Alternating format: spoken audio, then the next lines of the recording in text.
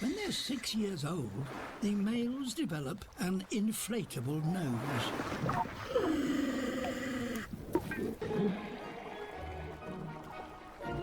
These females seem to have been claimed by a larger male. But if this youngster is to breed this year, it's worth a try.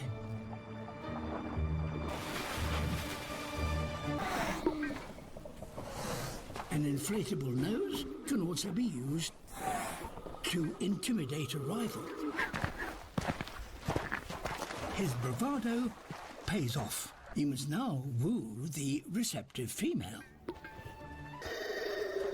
She seems unimpressed.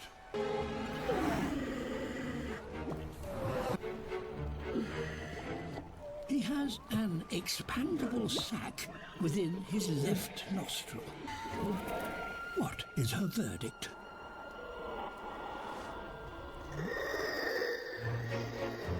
A sharp nip on the tail means no. And until the youngster has grown a more impressive balloon, he's unlikely to be chosen. No wonder he's deflated.